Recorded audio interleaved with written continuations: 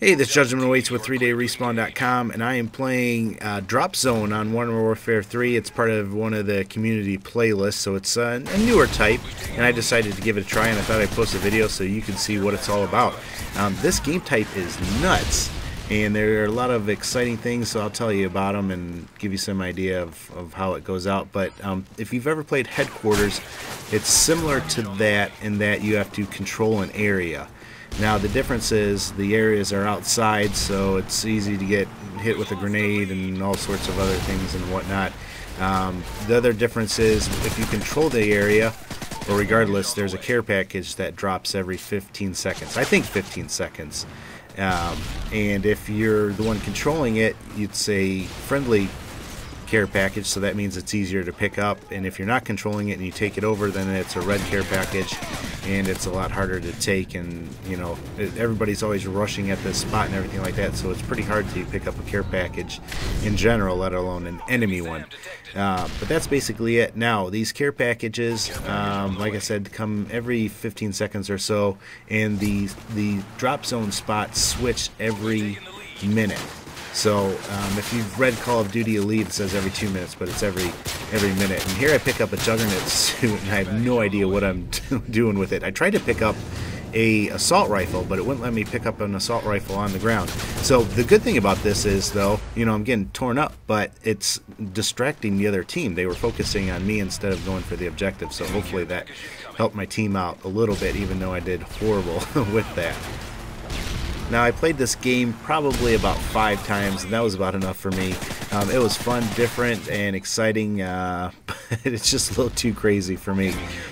If you're one of those people worried about your KD, don't play this game, you know, because you're probably going to struggle to go even, or I think I go a little bit better than even. I think I get like a 1.5 KD, but most times I was right at about 1 KD. So don't play this if you're not going to go for the objectives. You know, I saw people on my team and on the other team, they were just killing people and not going for the objectives. That drives me nuts.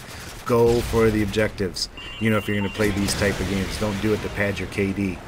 But that's a little rant from me.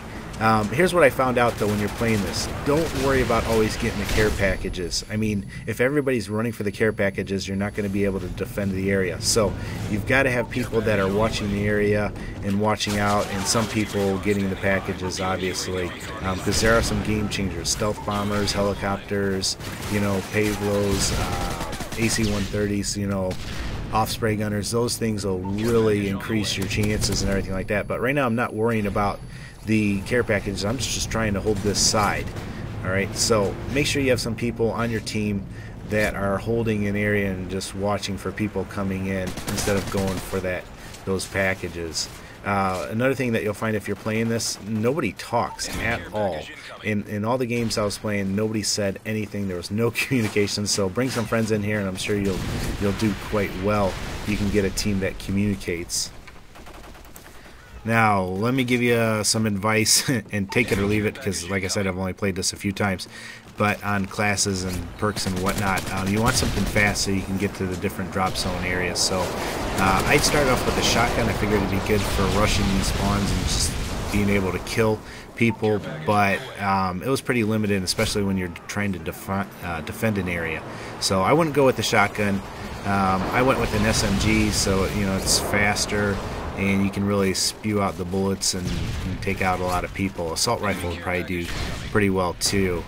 As far as your secondary, you know, Stinger is really going to help shooting down enemy, you know, things that come out from the care packages. And I also like javelins. I like to javelin an area. And you know, maybe the noob tube, I forget what that one is, the M320 or something like that. Those are probably all good secondaries. Or you know a machine pistol, especially if you got the SMG. You know, get in an area, empty the clip with your SMG, and then switch over to your machine pistol. So all those are pretty good. As far as lethal, Semtex worked great for me. I thought about using Claymores to defend an area, but I found myself, you know, using the Semtex a lot more effectively and just hitting an area and whatnot.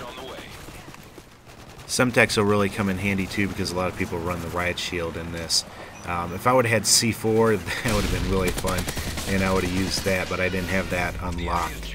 As far as your tactical, I'd try a flash. You know, that was mine, what I was using. If I would have had the trophy available, I would have used that, because, you know, as soon as you get in there, you just pop that trophy, because a lot of people are going to be spamming it with grenades and all sorts of things, so that would have helped.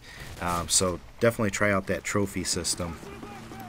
While I was playing, I also saw people using smoke grenades pretty effectively, so that might not be too bad. And I also used an EMP grenade one time, and that's great because a lot of times people holding an area like to set up sentry guns like this person's doing, and you can just chuck those and take out the equipment.